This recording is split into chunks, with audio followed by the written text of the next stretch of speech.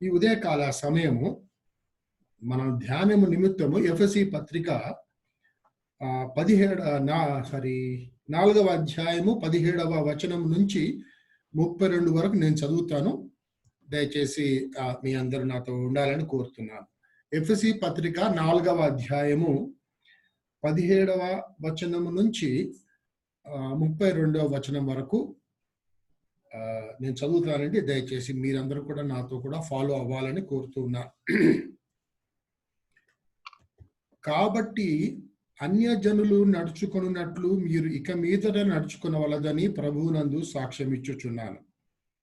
వారైతే అందమైన మనస్సు గలవారై తమ హృదయ కాఠిన్యము వలన తమలోనున్న అజ్ఞానము చేత దేవుని వలన కలుగు జీవములో నుండి వేరుపరచబడిన వారై తమ మనస్సునకు కలిగిన వ్యర్థతను అనుసరించి నడుచుకొనుచున్నారు. వారు సిగ్గులేని వారై ఉండి నానా విధమైన అపవిత్రతను అత్యాశతో జరిగించుటకు తమను తామే కాముకత్వమునకు అప్పగించుకొనిరి. అయితే మీరు యేసును గూర్చి విని ఆయన యందలి సత్యము ఉన్నది ఉన్నట్టుగానే ఆయన యందు ఉపదేశింపబడిన వారైన ఎడల మీరు అలాగూ క్రీస్తును నేర్చుకున్నవారు కారు. కావున మునుపటి ప్రవర్తన విషయములోనైతే మోసకరమైన దురాశల వలన చెడిపోవు మీ ప్రాచీన స్వభావమును వదులుకొని మీ చిత్త వృత్తి యందు నూతన పరచబడిన వారై నీతియు యథార్థమైన భక్తియు గలవారై దేవుని పోలికగా సృష్టింపబడిన నవీన స్వభావమును ధరించుకొనవలెను. మనము ఒకరికొకరము అవయవములమై ఉన్నాము గనుక మీరు అబద్ధమాడుట మాని ప్రతి వాడును తన పొరుగు వానితో సత్యమే మాట్లాడవలెను. కోపపడుడి కాని పాపము చేయకుడి. సూర్యుడు అస్తమించు వరకు మీ కోపము నిలిచి ఉండకూడదు. అపవాదికి చోటియకుడి. దొంగిలివాడు ఇక మీదట దొంగిలక అక్కర గలవానికి పంచిపెట్టుటకు వీరు కలుగు నిమిత్తము తన చేతులతో మంచి పని చేయుచు కష్టపడవలెను. వినువారికి మేలు కలుగునట్లు అవసరమును బట్టి క్షేమాభివృద్ధికరమైన అనుకూల వచనమే పలుకుడు గాని దుర్భాష ఏదైనను మీ నోట రానియకుడి. దేవుని పరిశుద్ధాత్మను దుఃఖపరచకుడి. విమోచన దినము వరకు ఆయన యందు మీరు ముద్రింపబడి ఉన్నారు. సమస్తమైన ద్వేషము, కోపము, క్రోధము, అల్లరి, దూషణ, సకలమైన దుష్టత్వము మీరు విసర్జించుడి. ఒకని ఎడల ఒకడు దయ కలిగి కరుణా హృదయులై క్రీస్తునందు దేవుడు మిమ్మల్ని క్షమించిన ప్రకారము మీరును ఒకరినొకరు క్షమించుడి. దేవుడు తన వాక్యమును దీవించును గాక. చిన్న ప్రార్థన చేసుకుని ధ్యానించుకుందాం. కరుణగల దేవా, మంచివాడా, పరిశుద్ధుడా, ప్రేమామయుడా, ఈ ఉదయకాలం జీవం గల నీ యొక్క వాక్యమును సంఘముగా కూడుకొని మేము ధ్యానించనయ్యి ఉంటుండగా మాతో మాట్లాడమని ప్రార్థిస్తున్నాం. నన్ను మరుగుపరచండి దేవా, మీ స్వరాన్ని మాకు వినిపించండి. అంధకార సంబంధమైన ప్రతి శక్తిని ఈ సమయంలో యేసు నామమున బంధిస్తూ ఉన్నాం. ఎలాంటి కనెక్టివిటీ ప్రాబ్లం కానీ టెక్నికల్ ప్రాబ్లం కానీ రాకుండా తండ్రి అందరము జాగ్రత్తగా నీ వాక్యాన్ని వినుటకు మమ్మల్ని సిద్ధపరచుమని, ఏ ఆటంకం రాకుండా కాపాడుమని ప్రార్థిస్తున్నాం. ఆది నుండి అంతం వరకు మీరే తోడయుండి కాపాడి నడిపించుమని, ఇంతవరకు మీరు ఈ యొక్క ఆరాధన కార్యక్రమం అంతట్లో తోడైనందుకే నీకు వందనాలు చెల్లించుకుంటూ మమ్మల్ని చేతులకు అప్పగించుకుంటూ యేసుక్రీస్తు నామమున స్తుతించి వేడుకుంటున్నాము తండ్రి. ఆమేన్. ఎఫెసీ పత్రిక సంఘాన్ని గురించి పౌలు ఎప్పుడు రాస్తూ ఉంటాడు. చాలా చక్కని వాక్య లెటర్ ఇది. పౌలు గారు సంఘాన్ని గురించి రాసిన ఉత్తరం. ఇందులో 4 నుంచి 6 అధ్యాయాల వరకు పౌలు గారు క్రైస్తవ నడక గురించి మనతో మాట్లాడుతూ ఉన్నాడు. 4 నుంచి 6 అధ్యాయాలు, ఆల్ 3 చాప్టర్స్. అయితే దీన్ని 4 భాగాలుగా మనం ఆలోచించుకుంటే అందులో ఒక భాగాన్ని ఈరోజు నేను మీతో ధ్యానించాలని ఆశపడుతున్నాను. 4వ అధ్యాయము 1 నుంచి 16వ వచనం వరకు వాక్ ఇన్ యూనిటీ ఐక్యతలో నడవండి అన్న విషయం. వాక్ ఇన్ యూనిటీ 4వ అధ్యాయము 1 నుంచి 16 వరకు. తర్వాత 4వ అధ్యాయము 17 నుంచి 5వ అధ్యాయం 17 వరకు walk in purity. Walk in purity, పవిత్రతలో నడవాలా, పవిత్రతలో జీవించాలా అని చెప్పుకోవడం. నడక అంటే జీవితమే. మూడవదిగా వాక్ ఇన్ హార్మోనీ అనే విషయం. 5వ అధ్యాయము 18 నుంచి 6వ అధ్యాయము 9వ వచనం. కలిసి నడవటం ఇది walk in harmony. Walk in harmony అంటే ఇప్పుడు అర్థం చెప్పాలంటే మీరు కనుక ఆగస్ట్ 15 పరేడ్ మరి ఎన్సిసి వాళ్ళు కానీ మిలిటరీ వాళ్ళు కలిసి నడుస్తుంటే మార్చింగ్ ఎలా ఉంటుంది చూసారా? They walk in harmony, step in step కలిసి నడుస్తారు. అది కనుక 5వ అధ్యాయము 18 నుంచి 6, 9 కలిసి వాక్ ఇన్ హార్మోనీ. ఆఖరిగా 6వ అధ్యాయము 10 నుంచి 24వ వచనం వరకు వాక్ ఇన్ విక్టరీ, విజయంలో నడవటం. విజయంలో నడవటం. మీరు ఈ విజయం నడవడం ఒక చిన్న రెఫరెన్స్ కూడా రాసుకోవాలని కోరుతున్నాను. 2వ దినవృత్తాంతములు 20వ అధ్యాయము 17వ వచనంలో యెహోషాపాతు రాజు గారి గురించిన ఆ యొక్క సంఘటన జ్ఞాపకం చేసుకుంటే వాక్ ఇన్ విక్టరీ అంటే మనకి ఇంకా బాగా అర్థమవుతుంది. ఓకే, కనుక ఈరోజు వాక్ ఇన్ ప్యూరిటీ 4వ అధ్యాయము 17 నుంచి నేను 5-17 వరకు వెళ్ళటం లేదు, 32తోనే ఆపేస్తున్నాను. ఓకే, సో ఇక్కడ పౌలు గారు పవిత్రత గురించి మాట్లాడుతూ ఉన్నాడు. He is talking about purity, walking in purity. ఎందుకంటే మీరు ఒక్కసారి ఈ అధ్యాయం చదువుకుంటూ పోయినప్పుడల్లా there is always a continuation in this letter. ఈ లెటర్ చూడండి, ప్రతి అధ్యాయానికి ముందు చూడగానే ఒక లింక్ వర్డ్ కనబడుతూ ఉంటుంది మనకి ఎప్పుడు కూడా. ఈ లెటర్ అంతా అలాగే ఉంటుంది. మీరు 3వ అధ్యాయం చూడండి ఒకసారి, ఈ హేతువు చేతను అంటాడు. 4వ అధ్యాయం స్టార్టింగ్ లో కాబట్టి అంటాడు. 5వ అధ్యాయం మొదట్లో కావున. ఇది రన్నింగ్ థాట్, ఎక్కడ కూడా ఆపడు, చదువు రాసుకుంటూ పోతా ఉంటాడు పౌలు గారు. ఇక్కడ వచ్చేసరికి యూనిటీ గురించి ముందుగా మాట్లాడిన తర్వాత ఆయన ప్యూరిటీ గురించి మాట్లాడుతున్నాడు. యూనిటీ మీరు కనుక 4వ అధ్యాయం 1 నుంచి 16 వరకు చూసినట్లయితే సంఘానికి దేవుడు 2 గమ్యాలు ఉంచాడు. Twin goals of the church. సంఘానికి దేవుడు ఒక సంఘంగా లేక ఒక సహవాసంగా, ఒక విశ్వాసుల సమూహంగా ఉన్న వారికి దేవుడిచ్చిన ట్విన్ గోల్స్ ఏమిటంటే యూనిటీ అండ్ మెచ్యూరిటీ. ఐక్యత, సంపూర్ణత. These are the twin goals of the church. ఐక్యత దట్ ఈస్ ప్రైమరీ. 16 వచనాల్లో ఆయన ఐక్యత గురించి మొదలుపెట్టి ఆ మెచ్యూరిటీ గురించి మాట్లాడతాడు. అయితే ఒక్క విషయం జ్ఞాపకం చేస్తాను మీకు.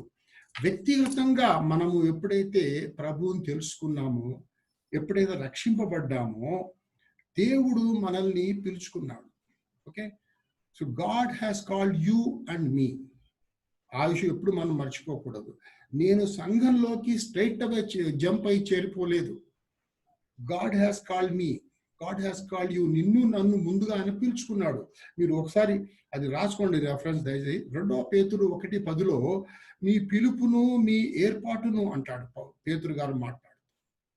మీ పిలుపు, మీ ఏర్పాటు. వెన్ గాడ్ కాల్స్, ఒక విషయం గుర్తుంచుకోవాలండి, దేవుడు ఎన్నుకొని మనల్ని పిలిచాడు అంటే ప్రతి ఒక్కరిని కూడా it is to obedience and to holiness. దేవుడు నిన్ను నన్ను ఎన్నుకున్నాడు, పిలుచుకున్నాడు. ఎందుకు పిలుచుకున్నావు ప్రభువా నన్ను అన్నట్లయితే ద సింపుల్ ఆన్సర్ 2వ పేతురు పత్రిక 1వ అధ్యాయం అంతా చదివితే చక్కగా ఉంటుంది అక్కడ. It is to obedience. ముందుగా విధేయత కొరకు పిలుచుకున్నాడు, రెండవదిగా పరిశుద్ధంగా జీవించడానికి పిలుచుకున్నాడు. To obedience and to holiness. Everybody, పెద్ద చిన్న, ఆల్ పీపుల్. ఇందాక ప్రభు ఆరాధిస్తున్న సమయంలో కూడా ఈ తలంపు వచ్చి ఉండాలి మనందరికీ. వై మీ లార్డ్, నన్నెందుకు ప్రభువా, నన్నెందుకు రక్షించుకున్నావు అంటే మనకైతే ఆన్సర్ దొరకదు. నువ్వు ఒకే ఆన్సర్ కనబడుద్దంట, ఏంటంటే ఐ లవ్ యూ. ఇంకా వేరే ఆన్సర్ లేదండి. మీరు ఎప్పుడన్నా కొండ ప్రాంతాలకు వెళ్ళి ఆ కొండల దగ్గర ప్రభువా నువ్వు నన్ను ప్రేమిస్తున్నావు అని అంటే నీకు ఆన్సర్ రాదు. అది ప్రతిధ్వని వస్తుంది అంతే.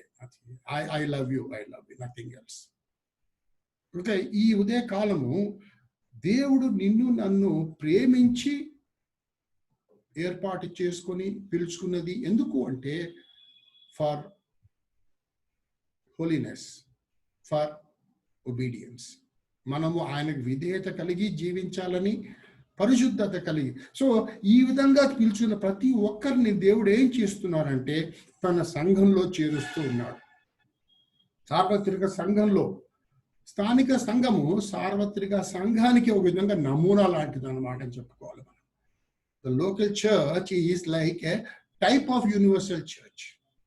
You can say invisible church అని చెప్పలేము, విజిబుల్ గానే ఉంది ఈ లోకంలో. కానీ స్థానికంగా కనబడే సంఘము, ఈ సంఘంలో నిన్ను నన్ను ఈ పిలుపుతో దేవుడు తీసుకొచ్చి ఐక్యత కలిగి జీవించాలి అనే విషయం జ్ఞాపకం చేయబడుతున్నాం.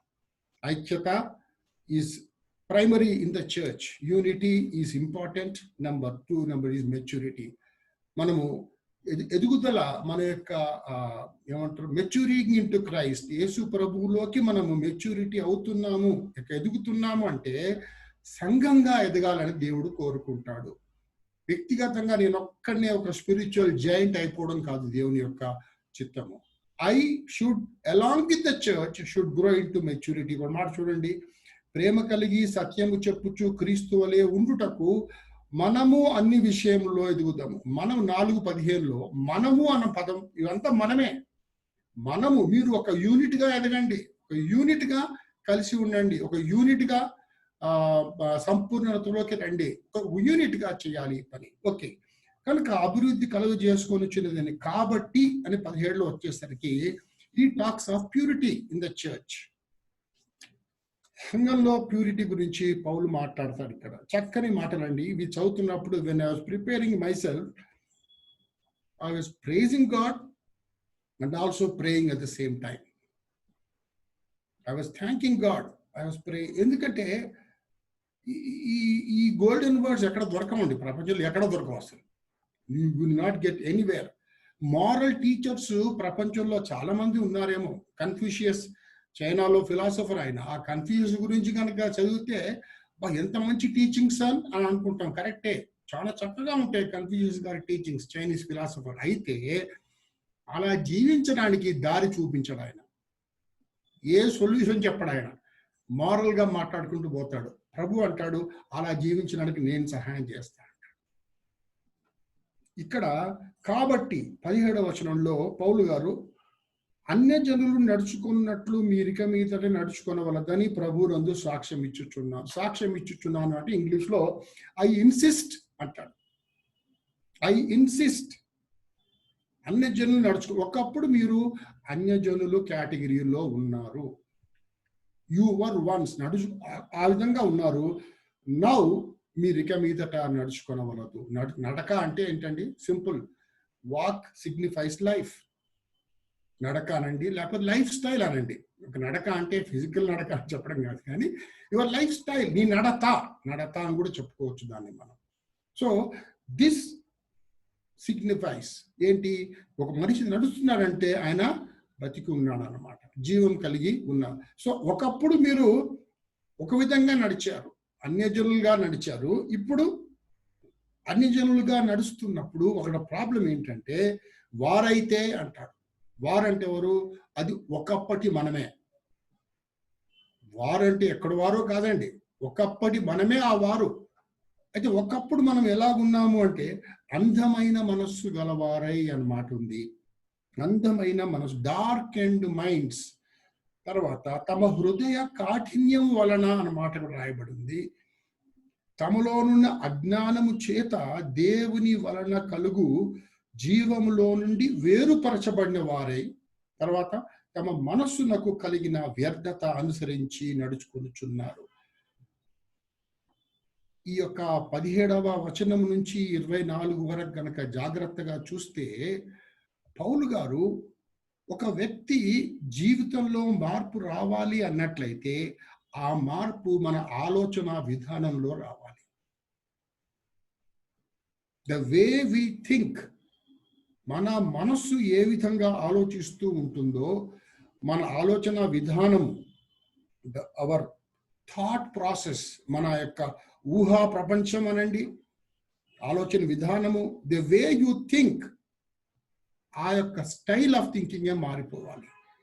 ఆలోచన విధానం మారాలి. ఇప్పుడు ఒకటి ఏంటంటే ఇక్కడ చూడండి, స్ట్రెస్ చూడండి, అక్కడ అందమైన మనస్సు అంటాడు, తమ మనస్సు కలిగిన వ్యర్థత అంటాడు.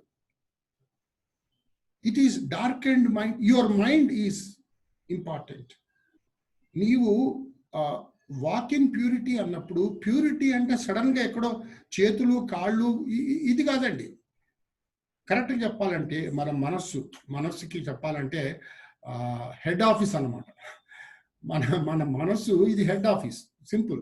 అంతకన్నా పెద్ద డెఫినేషన్ చెప్పలేము. ఎందుకంటే మా బ్యాంకులో మేము పనిచేసాం కదా, మా బ్రాంచ్లో మాట్లాడుతున్నప్పుడు సపోజ్ ఏదైనా ఒక పని చేయాలంటే, అరే హెడ్ ఆఫీస్ ఇన్స్ట్రక్షన్స్ వచ్చినాయి అంటాడు.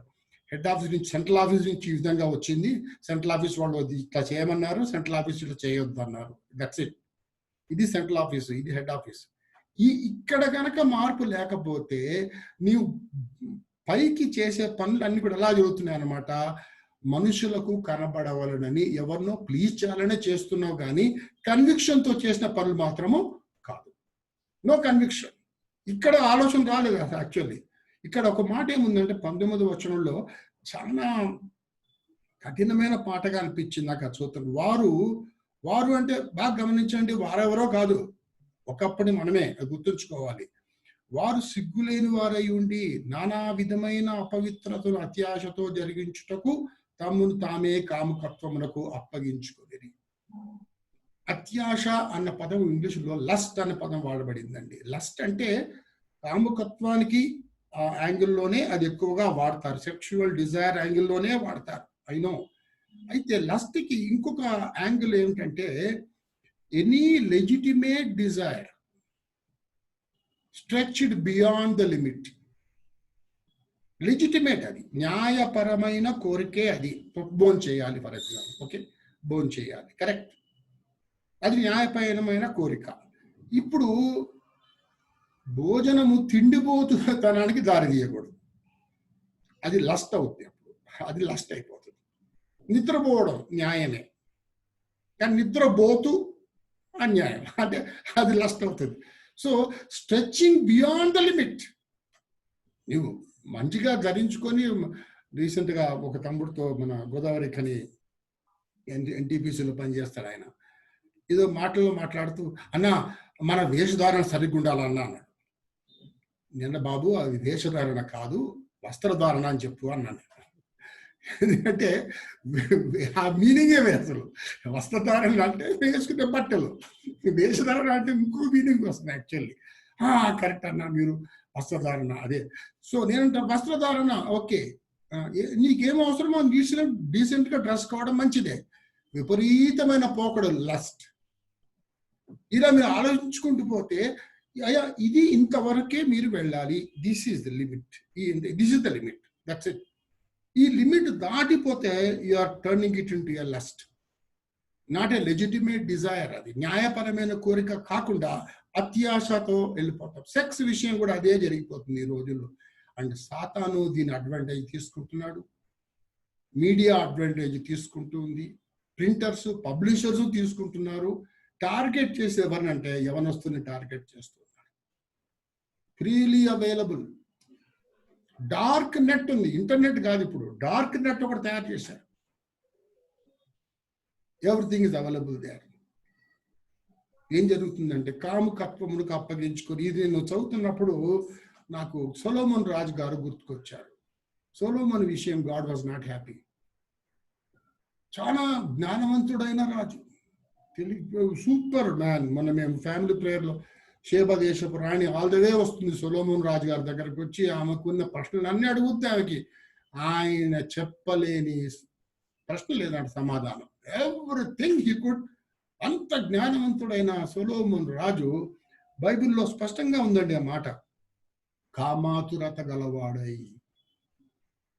మై గుడ్నెస్, చాలా భయం వేసింది. అయ్యా నీ తెలివంత ఏమైంది సార్ రాజుగారు? సొలొమోన్ మొదటి రాజుల గ్రంథము 11:2 చూస్తే కామాతురత గలవాడై. 700 భార్యలు, 300 మంది ఉపపత్నులు బైబిల్లో రాసింది. నాకు ఆ చదివితే తల తిరిగిపోయింది. What is the problem sir with you? దేవుడిచ్చిన జ్ఞానాన్ని ఈ విధంగా వాడేది నువ్వు? దేవుడిచ్చిన ధనాన్ని ఈ విధంగా వాడేది మనం? మై గుడ్, అతని భార్యలు అతని హృదయమును త్రిప్పివేసిరి. That's it. List of heroes of faith హెబ్రీ పత్రిక 11వ అధ్యాయంలో చూస్తే సొలొమోను పేరు లేదు, దావీదు పేరు ఉంది. God is not happy with Solomon. నేనంటాను, అయ్యా మనం కూడా చాలా తెలివిగల వాడిని, జ్ఞానవంతుడిని, క్వాలిఫైడ్ పర్సన్ని, లేక ఇదేని అది XYZ. నేను అంటాను, ఈజ్ గాడ్ హ్యాపీ? నీ యొక్క లెజిటిమేట్ డిజైర్స్ విషయంలో నువ్వు ఎలా ప్రొసీడ్ అవుతున్నావో ఆ విషయంలో దేవుడు హ్యాపీగా ఉంటే ప్రైజ్ గాడ్. ఇక్కడైతే మాత్రము అక్కడ మాట చాలా మళ్ళీ అది వారు సిగ్గులేని వారయ్యను ఉంది. నాకు ఈ పదం వాడాలంటే భయం వేస్తుందండి, నేను ఇంకా వాడను, అదొకసారి చాలు. అంత అంత బలమైన పదము, అంత కఠినమైన పదం ఎందుకు వాడాడంటే దట్ ఈస్ హెచ్చరిక మనందరికండి. వారు అంటాడు, you are like that ones. Okay, ఇప్పుడు అయితే 20వ వచనం చక్కని మాట, అదే బ్లెస్సింగ్. అయితే మీరు యేసును గూర్చి విని ఆయన యందు సత్యం ఉన్నది ఉన్నట్టుగానే ఆయన యందు ఉపదేశింపబడిన వారైన ఎడల మీరు అలాగూ క్రీస్తుని నేర్చుకున్న వారు కాదు. అయ్యా, మీరు క్రీస్తుని ఆ విధంగా మీరు ఇంగ్లీష్లో కనుక దాన్ని జాగ్రత్తగా చదివితే you did not learn Christ అంటారు. మీరు ఆ పదం, అది భలే వర్డ్ ఉంటుంది. క్రీస్తును నేర్చుకునుట, క్రీస్తును గురించి నేర్చుకునుట కాదు. Learning Christ, learning Christ. It is here again. Remember my dear friends, we can learn about Christ. క్రీస్తుని గురించి ఎన్నో విషయాలు నేర్చుకోవచ్చు, రక్షింపబడకుండా కూడా మిగిలిపోవచ్చు. పాస్టర్ గారు మనకి ఎన్నో విషయాలు నేర్పిస్తున్నాడు, మన దగ్గర గెస్ట్ స్పీకర్స్ చక్కగా అసలు వీఆర్ లెర్నింగ్ అబౌట్. అగ్రీడ్. నేనంటాను, ఆయనను గురించి నేర్చుకున్నాము అన్న ఒక తృప్తి, లేక ఒక ఇంటలెక్చువల్ సాటిస్ఫాక్షన్తో ఉంటున్నామా, లేక క్రీస్తుతో నీవు సహవాసము కలిగి ఉన్నావా? Did you learn Christ? Not learning about Christ. నేను ఇన్ని నోట్స్ రాసుకున్నానండి యేసు ప్రభు గురించి కాదండి. యేసునే నేర్చుకోవాలి అంటే ఆయనతో సహవాసం చేసే వ్యక్తులంగా ఉండాలి. అందుకే కొరింథీ పత్రికలో ఒక మాట ఏముందంటే, మన ప్రభు అయిన యేసుక్రీస్తు అను తన కుమారుని సహవాసమునకు మిమ్మును పిలిచిన దేవుడు నమ్మదగిన వాడు. యేసుక్రీస్తుతో దేవుడిని పిలిచాడు, ఏర్పాటు చేసుకొని పిలిచాడు. ఎందుకు పిలిచాడంటే తన కుమారునితో సహవాసం చేయడానికి పిలిచాడు. ఆయనతో సహవాసం చేస్తేనే ఆయన నేర్చుకున్న వ్యక్తులుగా నీవు నేను మారుతాను. 6 నెలలు సహవాసం చేస్తే వారు వీరవుతారని సామెత ఉంది. మనం రక్షింపబడ్డాము, ప్రైజ్ గాడ్. నౌ క్రీస్తుని మనం ఏ విధంగా నేర్చుకున్నాము? వారు సిగ్గులేని వారు, ఈ పదం మనకు వర్తించకూడదండి. ఇంకా నో మోర్, చాలు. ఒకసారి వెనక్కి తిరిగి చూసుకుంటే భయం వేస్తుంది. ఈ విధంగా జీవించానా నేను? Now I'm out of it. అందుకే అయితే మీరు యేసుని గూర్చి విన్నారు. ఒకరోజు మన జీవితంలో నేను విన్నాను, మీరు విన్నారు. విని తర్వాత ఆయనని నేర్చుకోవాలి, ఆయనతో సహవాసం చెయ్యాలి. దేవుని వాక్యం చదివే విషయము, ప్రార్థించే విషయము, ఆయనతో సహవాసం చేసే విషయము, దీని ద్వారానే మనం ఆయనను నేర్చుకునే వారము అవుతాం. Then our mind starts getting transformed. మనస్సు అప్పుడు ఓపెన్ అవుతూ ఉంటుంది ఆయన కొరకు. కావున మునుపటి ప్రవర్తన విషయంలోనైతే మోసకరమైన దురాశల వలన చెడిపోవు మీ ప్రాచీన స్వభావమును వదులుకొని, there is something, a conscious effort. నీ తరఫు నుంచి ఎఫర్ట్ దేవుడు అడుగుతున్నాడు. ప్రాచీన స్వభావాన్ని నీవు వదులుకోవాలి, విసర్జించాలి. There is a definite forsaking of something. No, వదులుకోవాలి. నెక్స్ట్ ఏముందంటే 24వ వచనంలో ధరించుకోవాలి అంటాడు. మళ్ళీ there is something put off, something should be put on. ఈ పుట్ ఆఫ్ అనేది జరగాలండి. ఇది చాలా ఇంపార్టెంట్ అండి మన జీవితాల్లో. ఇక్కడ మాట నవీన స్వభావాన్ని ధరించుకోవాలి. నవీన స్వభావం, అక్కడ మంచి మాటలు ఉన్నాయండి.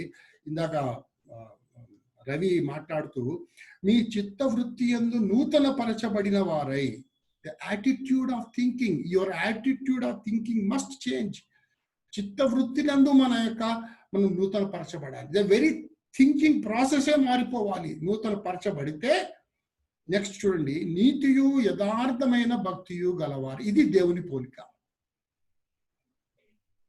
దేవుని పోలికగా సృష్టింపబడిన నవీన స్వభావము ఏంటి అంటే నీతియు యథార్థమైన భక్తియు గలవారిగా. The whole purpose of our salvation, నీవు నేను రక్షింపబడ్డాము ఎందుకు అంటే క్రీస్తు యొక్క స్వరూపములోకి మనము మలచబడటానికి కొరకు. ఇక్కడ 4వ అధ్యాయంలో ఉందండి ఆ మాట. ఏముందంటే రైస్ 4:12లో దేవుని కుమారుని గూర్చిన జ్ఞాన విషయంలోను అని నెక్స్ట్ అనగా క్రీస్తునకు కలిగిన సంపూర్ణతకు సమానమైన సంపూర్ణత గలవారము.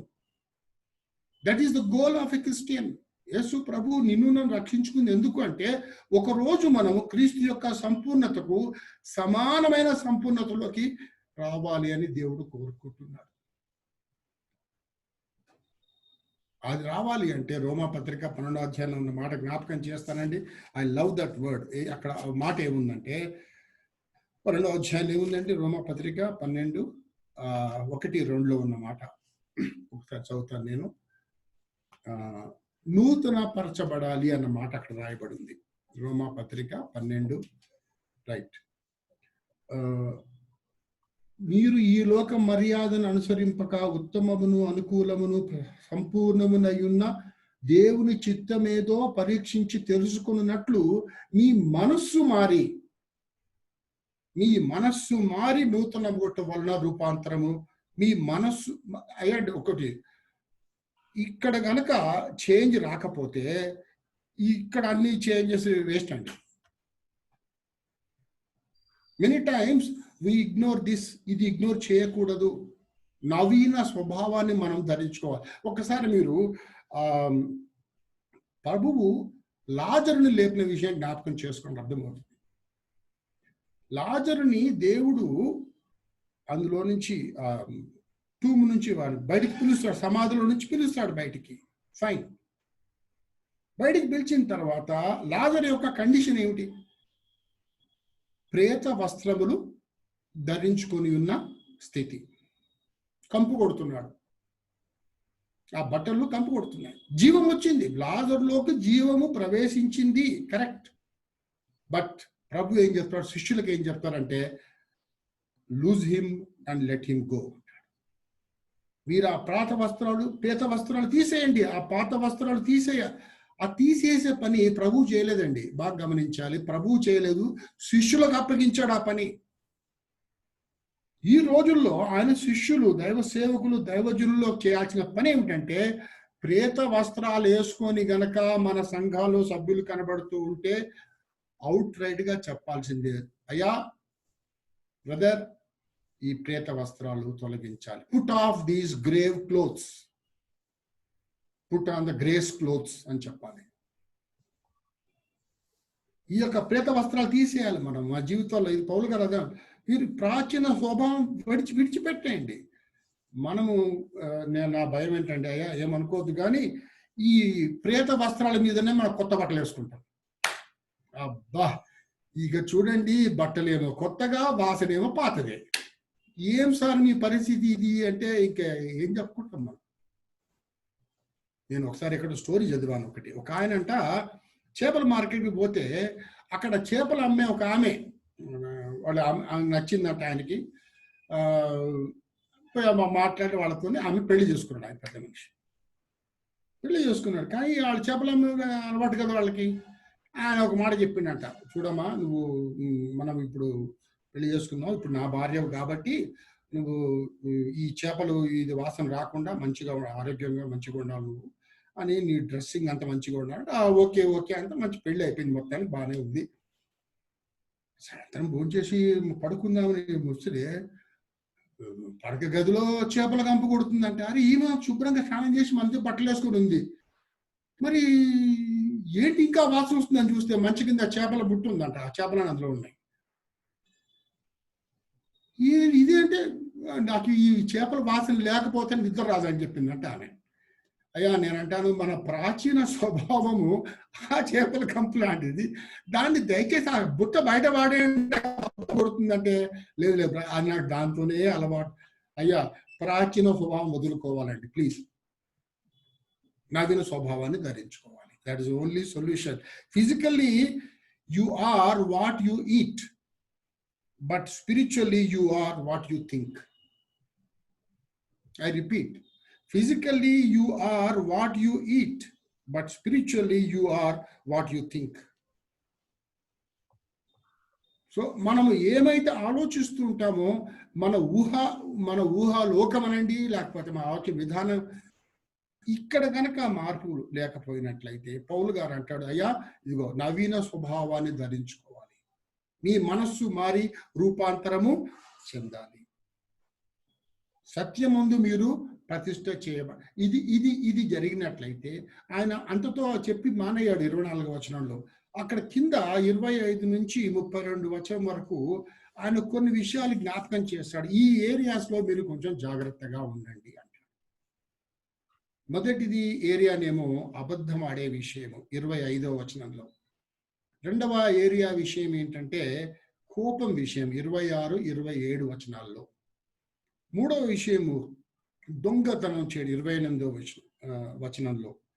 దాని తర్వాత 29వ వచనంలో దుర్భాష, కరప్ట్ స్పీచ్ గురించి మాట్లాడతాడు. అలాగే 30, 32, 3 వచనాల్లో సకలమైన దుష్టత్వము లేక బిట్టర్నెస్ అనే పదం వాడతాడు. ఈ హెడ్ ఆఫీసులో మార్పు రావాలండి. వచ్చిన తర్వాత ఇక్కడ ఇమ్మీడియట్ గా కొన్ని విషయాలు పౌలు గారి మైండ్ లో ఉన్నాయి, అవి గుర్తు చేస్తాడు మనకి. ఒక మాట మీరు ఈ భాష జాగ్రత్తగా వినండి. పౌలు గారు మీరు అబద్ధం ఆడద్దు అని చెప్పడు. మీరు జాగ్రత్త చూడండి, 25లో ఏముందంటే మీరు అబద్ధం ఆడుట మాని అంటాడు. మీరు ఇప్పుడు ఎవరిని అడిగారు అనుకోండి, ఏమండి మీరు భార్యను కొట్టడం మానేశారా అని అడిగితే ఆ మనిషి ఏం చెప్తాడు? ఎస్ చెప్పినా కష్టమే, నో చెప్పినా కష్టమే. ఎస్ అంటే అర్థం ఏమిటి? నేను కొట్టడం మానలేదని. నో చెప్తే ఇంకా కొడుతున్నాను అర్థం. అబద్ధమాడుట మాని అంటే అర్థం ఏమిటి? సింపుల్ అండి. అయ్యా మీకు అప్పుడు ఈ అలవాటు ఉంది, స్టాప్ ఇట్. ఇంగ్లీష్లో కనుక చూస్తే యూ మస్ట్ నాట్ లై అన్న మాట వాడబడిందండి. యూ మస్ట్ నాట్ లై. నాకు అని తెలుగులో బాగుందండి. అబద్ధమాడుట మాని ప్రతివాడును తన పొరుగు వానితో సత్యమే మాట్లాడవలెను. సత్యమే అని ఉందండి, సత్యము కూడా కాదు, సత్యమే. That means A Christians word is like an oath. న్యాయస్థానంలో నేను అంటాను ఆ రోజు, ఇప్పట్లో మరి ఎందుకో అది న్యాయస్థానంలో బైబిల్ తీసుకొచ్చి పెట్టి బైబిల్ మీద ప్రమాణం చేయించి మీరు సత్యం ఇది అంటే చూసారా, ఏం చెప్తున్నా సత్యమే చెప్తాను చూసారా. నేను అంటాను a Christian word is like an oath. సత్యమే మాట్లాడతారండి. సార్ ఆయన క్రిస్టియన్ అండి, ఆయనకి మీరేం ప్రమాణం చేయించమాకండి బైబిల్ పెట్టించి ఈజ్ ఎ క్రిస్టియన్ అని చెప్పగలిగే రోజు కోసం నేను ఆలోచిస్తున్నాను. యాక్చువల్లీ సత్యమే మాట్లాడతాం మనం, అబద్ధము చెప్తాం. అబద్ధం ఆడుట మాని. నేను మళ్ళీ నేను మా ఇంట్లో మాట్లాడుతూ ఈ మాట చెప్పాను. ఒక అబ్బాయి అంట పెళ్లి చేసుకోవడానికి చూస్తుంటే ఆ అబ్బాయి గురించి అడిగారంట అమ్మాయి వాళ్ళ బంధువులు, ఏమండి అబ్బాయి ఎలాంటి వాడు అని అడిగారంట. ఆ అబ్బాయి ఏంటండి, అన్ని మంచి అలవాట్లేనండి, అసలు బంగారం అండి మా అబ్బాయి, ఏ చెడు అలవాట్లు లేవు, ఒకే ఒక బ్యాడ్ హ్యాబిట్ ఉంది అన్నమాట. ఏంటి అంటే అబద్ధం ఆడతారని చెప్పాను. అదొక్కటి చాలు ఆయన, నువ్వు ఏం చెప్పినా నాకు డౌటే, నీ సీరుడు తాగారు అంటాడు, ఆ అబద్ధము నిజము. ఇక మీరు ఆ ఒక్కటి చాలండి, మీకు ఇవన్నీ లిస్ట్ అని చదువుకోవచ్చు కావాలండి మీరు. కానీ ఇప్పుడు ఆ ఒక్కటే కదండి, ఆ ఒక్కటి చాలు సార్, ఇంకా మాకు ఏమొద్దు, మీ అబ్బాయి మాకు వద్దు, బస్ స్టాప్. అబద్ధం ఆడుట మాని. ఎందుకంటే ప్రాబ్లం ఏంటంటే నేను మొన్న చదువుతున్నప్పుడు అబద్ధికుల కంట చాలా మంచి జ్ఞాపక శక్తి ఉండాలంట. మంచి మెమరీ ఉండాలి అబద్ధికులకి. ఎందుకు వాడు జ్ఞాపకం చేస్తాడు. ఒక అబ్బాయి బాగా తెలుసు ఆ అబ్బాయి బీకామ్ పాస్ కాలేదు. ఒకళ్ళకేమో నేను బీకామ్ ఫస్ట్ ఇయర్ అని చెప్పాడు, ఒకళ్ళకేమో బీకామ్ అయిపోయిందని చెప్పాడు, ఇంకొకళ్ళకేమో సిఏ చదువుతున్నాని చెప్పాడు. ఒకసారి ముగ్గురు ఎదురు వచ్చారు ఈయనకి.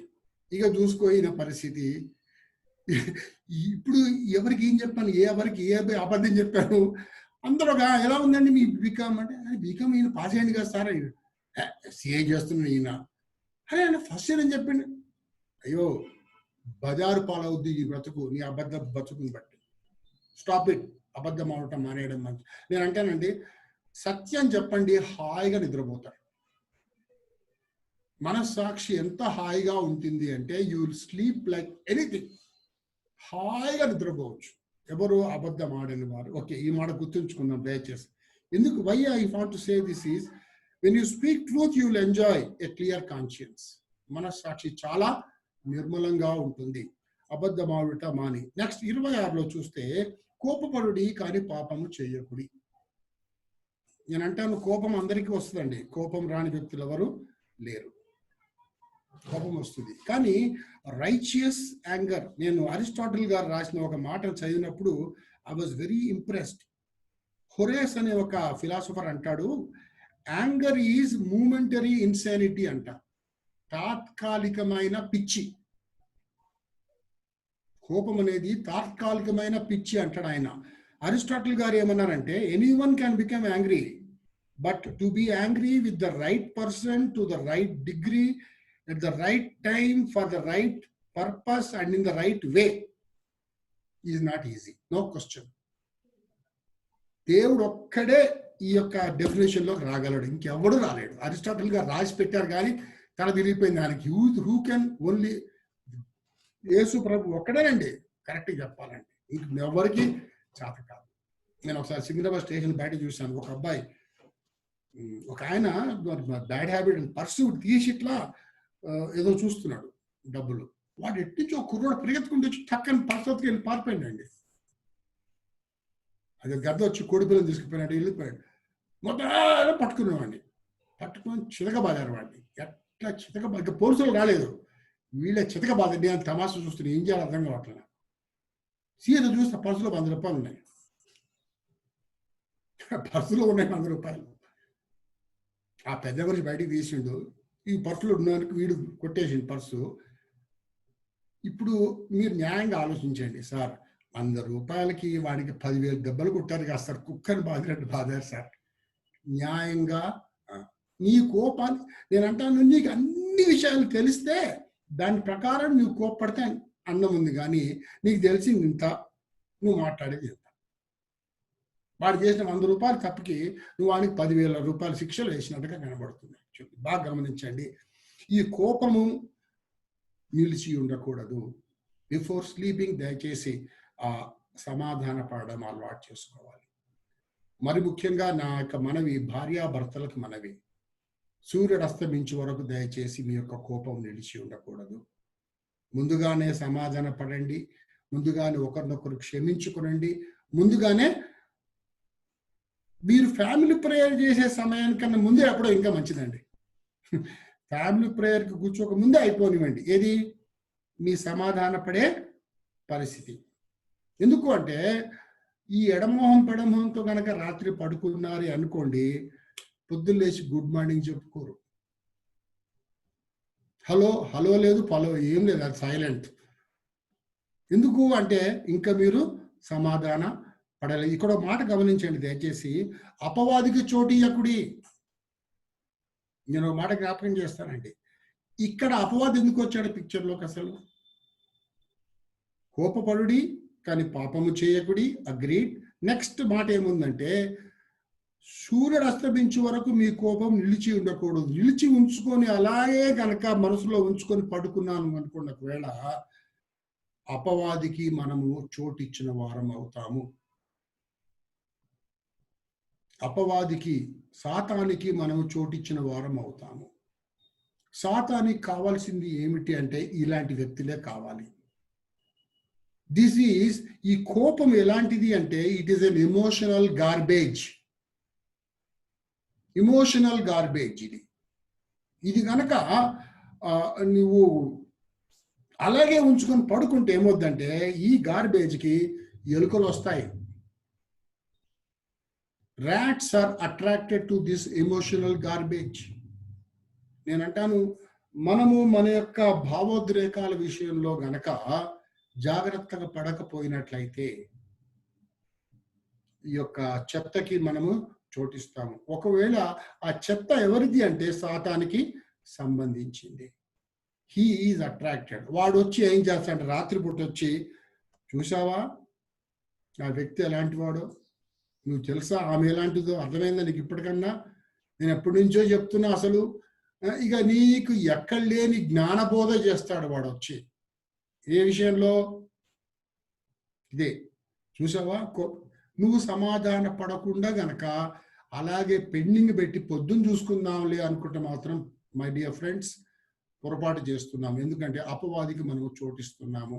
వాడు రాత్రంతా నీ కోచింగ్ ఇస్తాడు, రాత్రంతా నిన్ను తింటాడు. వాడు పొద్దున కల్లా ఇంట్లో సమాధానం లేని స్థితి వచ్చేస్తుంది. కనుక దయచేసి ఈ గార్బేజ్ నుంచి మనము దూరం చేసుకోవాలంటే ఒకే ఒక సొల్యూషన్. 30 వచనంలో మాటను చూడండి, క్షమించుకోవడం మనం నేర్చుకోవాలి. క్షమించిన ప్రకారము, ఏ విధంగా దేవుడు మిమ్ముని క్షమించిన ప్రకారము మీరును ఒకరినొకరు క్షమించుడి. నేను అంటానండి, క్షమాపణ అన్న ఆ యొక్క పదానికి దేవుడు చాలా వెయిటేజ్ ఇచ్చాడు. యేసు ప్రభు తన శిష్యులకి ప్రార్థన నేర్పిస్తున్నప్పుడు ఈ మాట, అపరాధములను క్షమించినట్టు అన్నమాట, ఆ ఒక్క మాట మెన్షన్ చేస్తాడు పరలోక ప్రార్థనలో. ప్రభువే నేర్పిస్తాడు ఆ ప్రార్థన. క్షమాపణ ఈజ్ వైటల్ టు క్రిస్టియానిటీ. యేసు ప్రభువే మాదిరి చూపించాడు సిలువలో. మొదటి మాట క్షమాపణ గురించి ప్రభు మాట్లాడారు. ఈ క్షమించిన ప్రకారము మనము క్షమించాలి. ఎందుకండి? ఈ క్షమాపణ అనేది అది ఒక పెద్ద ఔషధము లాంటిది. పెద్ద ఔషధం. ఇది great medicine, I tell you my dear friends. ఎందుకంటే పాల్ అబ్రహాం గారని డల్లాస్లో ఉంటారు. ఆయన ఒక మెంటల్ అజైలం అంటే ఒక పిచ్చాసుపత్రికి వెళ్ళాడంట. ఆయన పిచ్చాసుపత్రికి వెళ్ళి ఆ చీఫ్ మెడికల్ ఆఫీసర్తో మాట్లాడుతూ అడిగాడంట, ఏమండి మీ హాస్పిటల్లో ఈ పేషెంట్స్ ఇంతమంది ఉన్నారు కదా, వాళ్ళందరికీ ఉన్న మేజర్ ప్రాబ్లం ఏంటి అన్నాడంట. ఆయన చెప్పింది ఏంటంటే, అయ్యా ఇందులో 80% ఇక్కడ ఉన్నవాళ్ళు క్షమించలేక లేక క్షమించబడక ఈ స్థితికి వచ్చారు అని చెప్పారంట ఆయన. ఐ రిపీట్, క్షమించలేక, వారు ఎవరినో క్షమించలేదు నెంబర్ 1, ఆర్ వారు ఎవరో వారిని క్షమించలేదు. ఈ ప్రాబ్లం మూలానే వచ్చారండి. ఇక్కడ 80% మంది కనుక ఈ క్షమాపణ విషయం జరిగి ఉంటే వాళ్ళకి మా హాస్పిటల్లో ఖాళీయే. మిగతా వాళ్ళ ప్రాబ్లమ్స్ అన్ని వేరే. ఇక్కడ 80% క్షమాపణ మూలానే. ఈ రోజు కూడా మేబీ భారతదేశంలో కూడా ఈ మేము క్షమించక కానీ, నేను అంటానండి, ఈ క్షమాపణ గనక ఎప్పుడైతే కలిగి ఉంటామో ముందుగా మనం ఆరోగ్యంగా ఉంటాం. పౌలు గారు ఇక్కడ మాట చెప్తున్నప్పుడు, ఆయన క్షమించిన ప్రకారం మీరును క్షమించుడి, మీరు ఆరోగ్యంగా ఉంటారు. ఫస్ట్ నువ్వు ఎవరి మీదనో కోపం పెట్టుకొని బుసలు కొడుతూ ఉంటావు. ఇక్కడ నీ బుస నీకే అనారోగ్యాన్ని కలగజే, నీకే బీపీ పెరుగుద్ది, నువ్వే మందులు తింటా ఉంటావు. వాడు బాగానే ఉంటాడు. ఎందుకు? కొంతమంది మాట్లాడతారు, చూసారా మీరు ఎప్పుడన్నా వీధుల్లో కొట్లాడుతుంటే, సార్ నాకు కోపం వస్తే నేను మనిషిని కాదు. అవును, నువ్వు మనిషిగా పశువు అవుతావు. అప్పుడు నువ్వు పశువు అయిపోతాడు. ఎందుకంటే ఈ loses the mental faculty, balance పోద్ది వాడికి ఒక్కసారికి. ఎందుకు అంత కోపము, అంత పగ? అసలు సార్ నా సంగతి మీకు తెలియదు. కరెక్టే. Problem is, my dear friends, కోపము నిలిచి ఉండకూడదు. ఒకవేళ ఈరోజు నేను మాట్లాడిన తర్వాత ఎవరి మీదనన్నా కనుక మీరు పగ, కోపము, ప్రతీకారము, ద్వేషము ఏమన్నా ఉన్నట్లయితే దయచేసి ఫోన్ చేసి సమాధానపడండి. దయచేసి సమాధానపడండి. నేను ఈ మాట ఎందుకు చెప్తున్నానంటే, మనము చాలాసార్లు క్షమించడానికి ముందుకి రావడం. మీరు నిలవబడి 11:25 మార్క్స్ వార్తలో ఆ రెఫరెన్స్ రాసుకోండి. మీరు నిలవబడి ప్రార్థన చేయనప్పుడెల్లను వాని క్షమించుడి. మీకు ఒకరి మీద విరోధం ఏమైనాను కలిగి ఉన్న యెడల, మీరు ఎప్పుడు ప్రార్థన మొదలుపెట్టినా కానీ ఏమన్నా పెండింగ్ ఇష్యూస్ ఉన్నాయా, ఎవరి మీదనన్నా విరోధం ఉన్నదా, నాకు ఉన్నది, ముందు వారిని క్షమించేయండి. ముందు వారిని క్షమించండి, తర్వాత ప్రార్థన చేయండి. మత్తయి సువార్తలో అయితే ప్రభు ఆ మాట చెప్పాడు 5:23లో, నీ సహోదరునికి నీ మీద విరోధం ఏమైనా కలదని అక్కడ నీకు జ్ఞాపకం వచ్చిన ఎడల నువ్వేం చేయాలి? అర్పణను అక్కడే విడిచిపెట్టేసేసి ముందు మొదట వెళ్ళి, మీరు చదవండి బాబీలో మత్తయి 5:23లో, మొదట వెళ్ళి అంటాడు. మొదట ఆ పని, తర్వాత అర్పణ. ప్రభా నేను ఇంత డబ్బులు వేదలుచుకున్నాను, నీ అర్పణ ఆపు, అక్కడ స్టాప్ ఇట్. నీ అర్పణ ఆపి ఏం చేయాలి నెక్స్ట్? నువ్వు మొదట ఆయనతో సమాధానపడు. రిలేషన్షిప్ సరి చేసుకోకుండా, ప్రభా నేను ఇన్ని డబ్బులు ఇస్తున్నాను, ప్రభా ఇంత ధర్మం చేస్తున్నా, నేను అడిగానా? నీవు సమాధాన పడడానికి ప్రయారిటీ ముందు ఇవ్వాలి. మొదట వెళ్ళి నీ సహోదరుడితో సమాధానపడు, then you come and give your offering. అనిపించి ప్రభా ఇంత, ఎస్, ప్రభువు ఎప్పుడు కూడా రిలేషన్షిప్స్ కి అంత గొప్ప వాల్యూ ఇస్తారండి. ఎంత గొప్ప పరిచర్య చేశాను నేను, చాలా గొప్ప స్పీకర్ని నేను. I don't want all that. నీ సహోదరునితో సమాధానం పడ్డావా లేదా? నువ్వు పడలేదా? ముందు ఆ పని చేయిపో. Go and first of all reconcile, go and forgive. మత్తయి సువార్తలో మంచి 18వ అధ్యాయంలో దగ్గర ఉంది. ఒకవేళ గొడవ పడ్డాడు అనుకోండి, మీ సహోదరుడి ఇంటికి వెళ్ళి ఒంటరిగా ఆయనతో మాట్లాడయ్యా, ఇగో ఈ విధంగా జరిగింది, ఈ విషయంలో నువ్వు తప్పు చేశావు, నేను బాధపడ్డాను, డైరెక్ట్ కూర్చుకొని మాట్లాడండి. మత్తయి సువార్త 18వ అధ్యాయం 15వ వచనంలో, నీ సహోదరుని దగ్గరికి వెళ్ళి డైరెక్ట్గా ఒంటరిగా బాగా గమనించు, అందరి ముందు కాదు, పోయి గద్దించు. ఏమైనా ఎట్లా మాట్లాడేవారు, ఎందుకు ఇట్లా ప్రవర్తించావు నువ్వు? నీ సహోదరుని దగ్గరికి వెళ్ళి with in the family go and tell him. ఎప్పుడైతే ఇది జరుగుతుందో, మన యొక్క ఈ ఎఫెసీ పత్రికలో ఉన్న ఈ మాటలు చాలా క్లియర్ అయిపోతాయి. అబద్ధం ఆడడం కానివ్వండి, కోపం తెచ్చుకోవడం కానివ్వండి, కోపం తెచ్చుకొని అపవాదికి చోటు ఇవ్వడం కానీ, అలాగే క్షమించే విషయం కూడా బాగా గమనించాలి. Don't postpone your forgiveness. 2 మాటలు చెప్పాను. దొంగిలి వాడు అన్నమాట మంచి మాట అండి ఇది. ఎందుకంటే ఆ రోజుల్లో బానిసత్వం ఉండేది, బానిసలు ఉండేవాళ్ళు. బానిసలకి అలవాటు ఉండేది ఏంటంటే, యజమానుల దగ్గర అపహరించేవాళ్ళంటే వాళ్ళు. మీరు తీతు 2:10లో చూస్తే, ఏమి అపహరింపక అని రాస్తాడు ఆయన అక్కడ. తీతుకి బానిసలుగా అలవాటు ఉండేది, అపహరించే అలవాటు ఉండేది ఆయనకి. అయితే ఈ బానిసలకే కాదండి, సాతానికి అదే అలవాటు ఉంది. సాతాను దొంగ, సాతాను అబద్ధికుడు, సాతాను అపహరించేవాడు, అన్ని చేస్తాడు వాడు, ఎవరిథింగ్. మనం ఎప్పుడైతే ఈ పనులు చేస్తామో, ఒక విధంగా చెప్పాలంటే అతన్ని మనం కాపీ కొడుతున్నాం అన్నమాట. ఇక్కడేముందంటే, దొంగతనం మీరు మానే, దొంగిల వాడు ఇక మీదట, మళ్ళీ అగైన్ మస్ట్ అని పదం ఉందండి. Don't do it. మరి ఏం చేయాలండి అంటే, నీ చేతులతో మంచి పని చేయొచ్చు, కష్టపడి జీవించు అనలేదు. నో, కష్టపడి అక్కర గలవానికి పంచి పెట్టుటకు వీలు కలుగు నిమిత్తము. ఇప్పుడు యు ఆర్ వర్కింగ్, నీ చేతులకు దేవుడు ఎబిలిటీ ఇచ్చాడు పని చేయడానికి అంటే, దీంతో నువ్వు సంపాదించుకోవడమే కాదు, నీ తోటి వాడికి సహాయం కూడా చెయ్యి అంటాడు. వీడికి సహాయం చేసే అలవాటు లేదు అసలు, కానీ ఇప్పుడు అంటాడు, బాబు నువ్వు సహాయం చెయ్యి, సహాయం కూడా చెయ్యి. ఇప్పుడు ఒకప్పుడు ఏం చేసేవాడు అంతా కూడా, ఎప్పుడు ఎటు నుంచి ఏం ఫ్రీ వస్తుందా, సబ్సిడీలు ఎలా వస్తాయో చూసుకునే బాపతు. ఇప్పుడు అట్లా కాదంటాడు. Stop that. 29లో మాట స్పీచ్కి సంబంధించిందండి. ఈ యొక్క మాట జ్ఞాపకం చేసుకొని, ఐ థింక్ ఈ నోట్ మీద మనం క్లోజ్ చేసుకుందాం. 4:29లో దయచేసి, లాస్ట్ టైం కూడా సరే ఎప్పుడు ఈ మాట చెప్పినట్టు గుర్తు నాకు. మనము నోరు తెరిస్తే ఇతరులకు ఆశీర్వాదం, వినువారికి మేలు కలుగునట్లు అవసరమును బట్టి క్షేమాభివృద్ధికరమైన అనుకూల వచనమే పలుకుడు, కానీ దుర్భాష ఏదైనను మీ నోట రానియకుడి. అవసరం బట్టి మాట్లాడండి, అవసరం ఉంటేనే మాట్లాడండి. నేను మొన్న మా పాపతో మాట్లాడుతూ ఈ మాట చెప్పాను. నువ్వు మాట్లాడినప్పుడమ్మా, నువ్వు మాట్లాడేది అవసరమా? అన్యాయంగా మాట్లాడుతున్నావా? సత్యం మాట్లాడుతున్నావా? ఈ 3 మాటలు గుర్తుపెట్టుకో. అవసరమా? లేదండి, నోరు మూసుకో. అన్యాయంగా మాట్లాడద్దు, సత్యమే మాట్లాడు. ఎప్పుడైతే ఈ ఆడిట్, ఈ స్పీచ్ కనుక మనం జాగ్రత్తగా పడితే, ఐ టెల్ యూ ఫ్రెండ్స్, ఈ లోకంలో ఎన్ని అనర్థాలు మనము ఆపగలము. మెనీ టైమ్స్ మన నోరు ఏం చేస్తుందంటే అవతల మనల్ని చంపుద్ది లేక బతికిస్తుంది.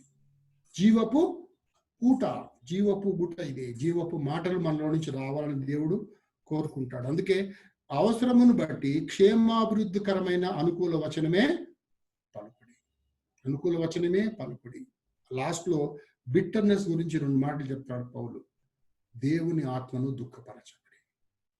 ప్లీజ్, ఎందుకంటే ఈ ఏరియాలో 17 నుంచి 24 వరకు గనక ఆలోచన విధానాన్ని గనక మనం మార్చుకున్నట్లయితే, ఈ 5 విషయాలు ఒకసారి మనం జ్ఞాపకం చేసుకున్నాం అనుకోండి. Walk in purity.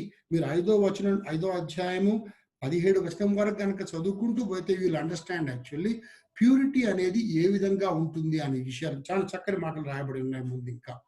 కానీ ఇంతవరకు మనం మనం ఆపేసుకుందాం.